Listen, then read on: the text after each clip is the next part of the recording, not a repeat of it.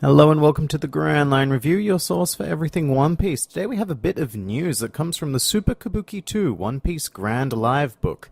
Well, that's a mouthful.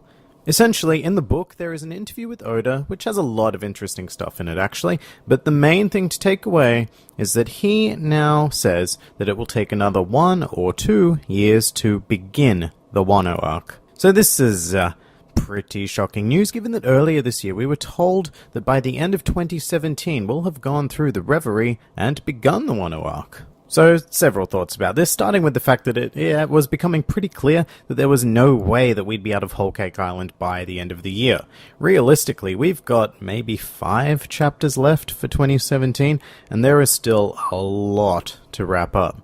So no, not getting to Wano in 2017 isn't really news at this stage, but having to wait another year, or even worse potentially 2, definitely is. Now, there are a variety of possible reasons for this. Firstly, and most likely, Oda and the team just suck with time predictions. I mean, every time prediction they've made in relation to One Piece in the past has been wildly off.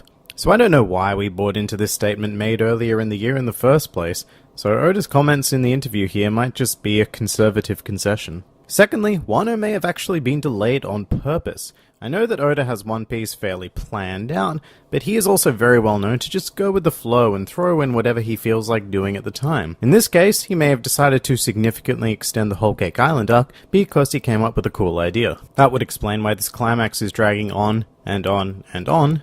Initially, he may have planned to end things after the collapse of the Whole Cake Chateau and have everybody just escape from there.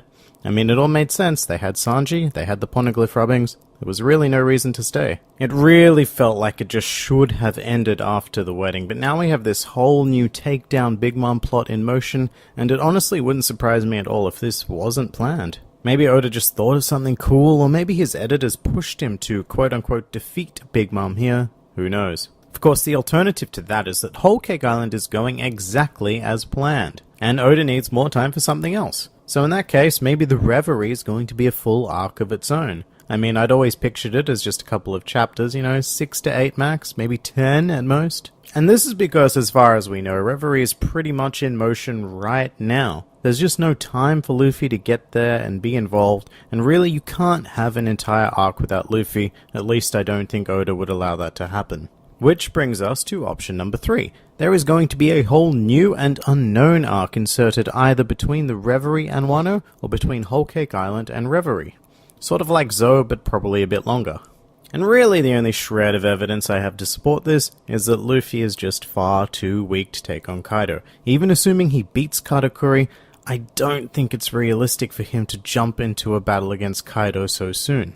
So, we might just have another arc in there to give Luffy that time and opportunity to get that bit stronger. Exactly what that is, no idea.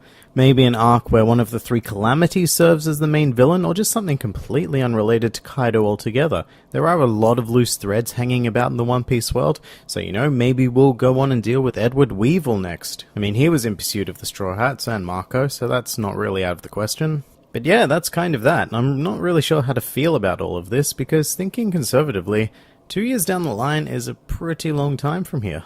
On the other hand, I'm actually excited that I'm not entirely sure where One Piece is going from here. Traditionally, the future of One Piece has been completely shrouded in mystery, with a few hints here and there.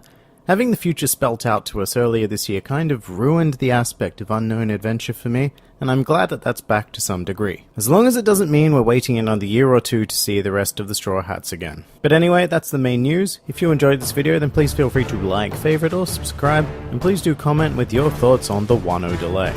This has been the Grand Line Review, and I'll see you next time.